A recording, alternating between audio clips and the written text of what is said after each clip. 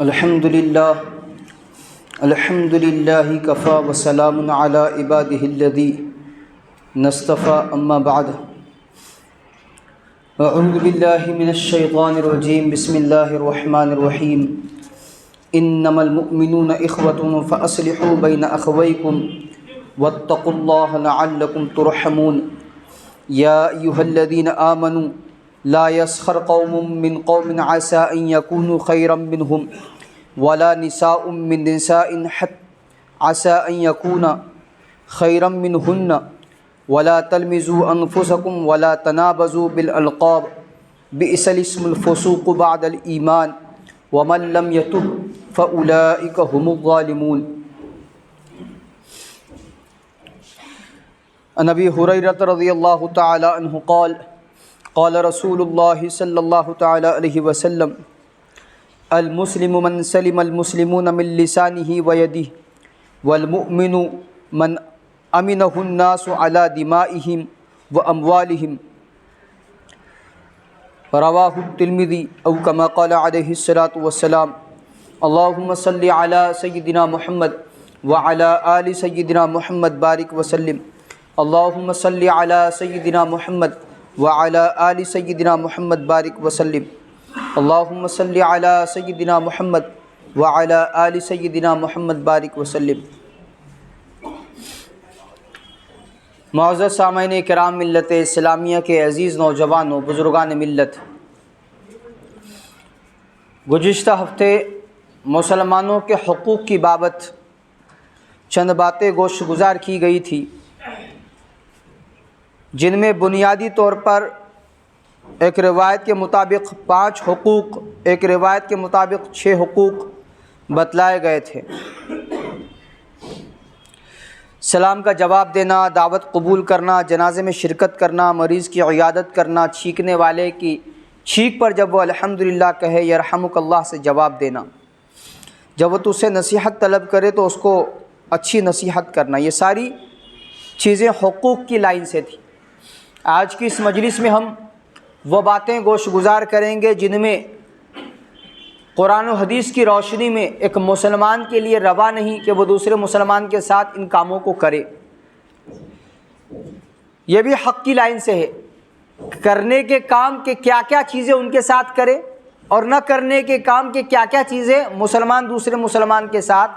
اور عام انسانوں کے ساتھ نہیں کر سکتا. چنانچہ سورہ حجرات آیت نمبر 10 اور 11 اللہ جل جلالہ و من والہ ارشاد فرماتے ہیں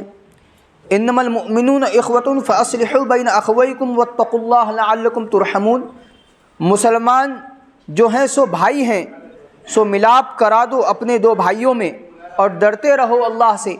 تاکہ تم پر رحم ہو. دوسری آیت میں فرما رہا ہے یا ایھا الذین آمنوا لا یسخر قوم من قوم عسى ان یکونوا خیرا منهم ولا نساء من نساء عسى ان یکن خیرا منهن ولا تلمزوا انفسکم ولا تنابزوا بالالقاب بئس الاسم الفسوق بعد الایمان ومن لم یتب فاولئک هم الظالمون. اے ایمان والو، ٹھٹا نہ کریں ایک لوگ دوسرے سے، شاید وہ بہتر ہو ان سے، اور نہ عورتیں دوسری عورتوں سے، شاید وہ بہتر ہو ان سے،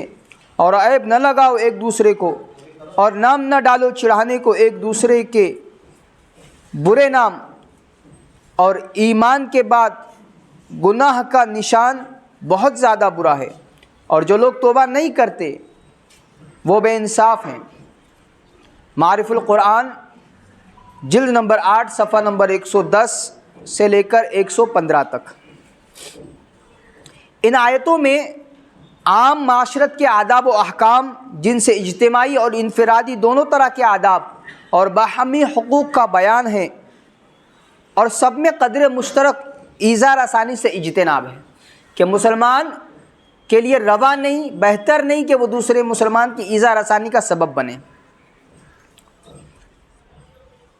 دلی ٹھیس نہیں پہنچا سکتا ایک مسلمان کسی دوسرے کو کی دل آزاری نہیں کر سکتا. وہ ایک جسم کی طرح ہوا کرتا ہے. اسی لیے اللہ کے نبی صلی اللہ تعالیٰ علیہ وسلم ارشاد فرما رہے ہیں، ترمذی شریف کی روایت ہے، حدیث نمبر 370، سیدنا ابو ہریرہ رضی اللہ تعالیٰ عنہ راوی ہیں، روایت فرماتے ہیں کہ اللہ کے نبی صلی اللہ تعالیٰ علیہ وسلم نے ارشاد فرمایا، المسلم من سلم المسلمون من لسانہ و یدہ، مسلمان وہ ہے کہ جس کی زبان سے، جس کے ہاتھوں سے دوسرا مسلمان محفوظ رہے، زبان سے کوئی تکلیف نہ ہو، کوئی غلط جملہ نہ نکلے، گالی گلوچ نہ ہو، غیبت نہ ہو، بہتان باندھنا نہ ہو، ہاتھ سے تکلیف نہ پہنچائی جائے کہ کمزور ہے اس پر ظلم ڈھایا جا رہا ہے، کمزور ہے اس کو مارا جا رہا ہے، اس کو جھڑکا جا رہا ہے، یہ نہ ہو، یہ مسلمان کا شیوا نہیں ہے۔ اور آگے پوری انسانیت کے لیے، جس سے مسلمان اور اسلام کی خوبصورتی، اسلام کی بیوٹی معلوم ہوتی ہے کہ المؤمن من امنہ الناس علی دمائہم و اموالہم، مومن تو وہ ہے کہ جس سے پوری انسانیت اپنے مال اور اپنے خون کے اعتبار سے مامون رہے، امن میں رہے، محفوظ رہے۔ یہ مسلمان ہے، یہ اسلام والا ہے، یہ اللہ اور رسول کو ماننے والا ہے، میرا خون یہ بہا نہیں سکتا، میرے مال کو اس سے نقصان نہیں پہنچ سکتا۔ صحابہ کرام نے یہ کر کے دکھایا ہے۔ امن و امان کے ساتھ پوری دنیا میں آج جو اسلام دکھ رہا ہے وہ امن و امان کا نتیجہ ہے، حسن اخلاق کا نتیجہ ہے۔ محبت میں ہے وہ قوت کے بنے سنگ بھی موم، حسن اخلاق سے کافر کو مسلمان کر دیں۔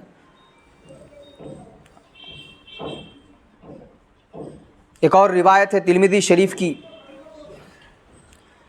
سیدنا ابو ایوب انصاری رضی اللہ تعالیٰ عنہ راوی ہیں، روایت فرماتے ہیں کہ اللہ کے نبی صلی اللہ تعالیٰ علیہ وسلم نے ارشاد فرمایا، لا یحل لمسلم ان یہجر اخاہ فوق ثلاث، ایک مسلمان کے لیے روا نہیں کہ بلا کسی وجہ کے، اپنی ذاتی وجہ سے،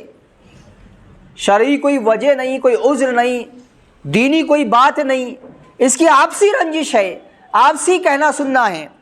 جس کی وجہ سے اس نے بول چال بند کر رکھی ہے، تو فرمایا مسلمان کے لیے روا نہیں کہ اپنے مسلمان بھائی سے 3 دن سے زیادہ چھٹاؤ رکھے،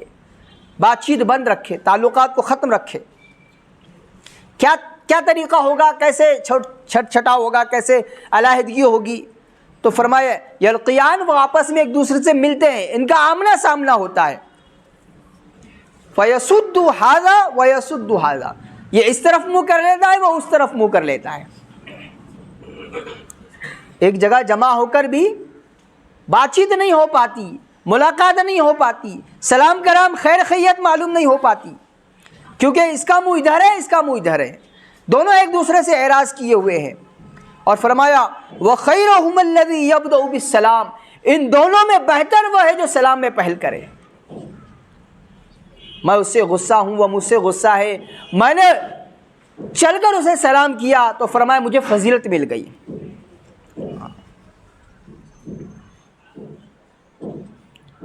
احیاء میں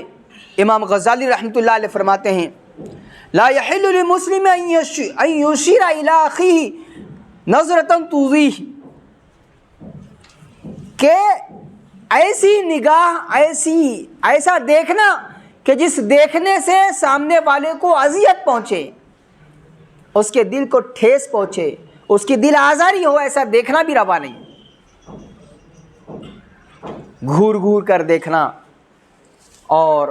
عجیب نگاہوں سے کسی کو تکنا، فرمایا اس کی بھی اجازت نہیں ہے۔ تو یہ حقوق ہے مسلمان کے، ایک مسلمان کی یہ ذمہ داری ہے کہ وہ ان کا پاس رکھے، ان کا لحاظ رکھے،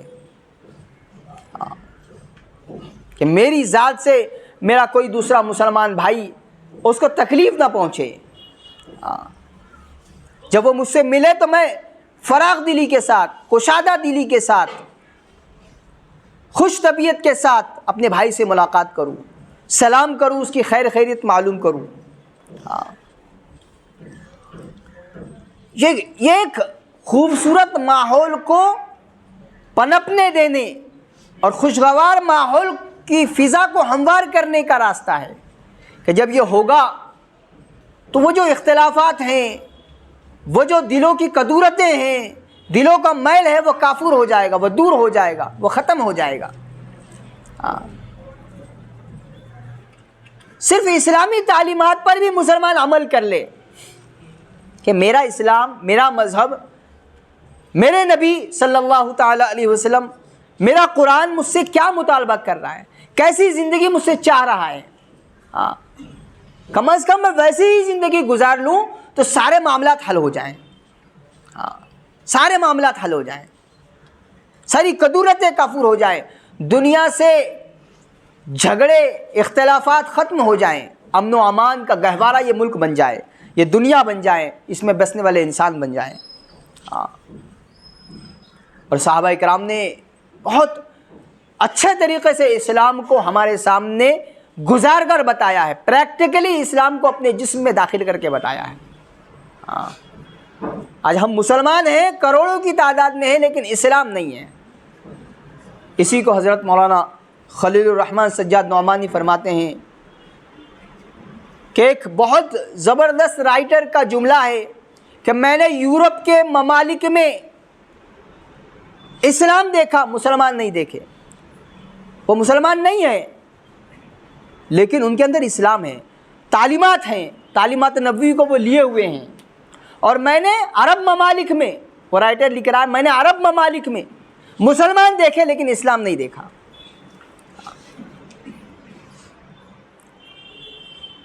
تو اسلام حسن اخلاق کا نام ہے،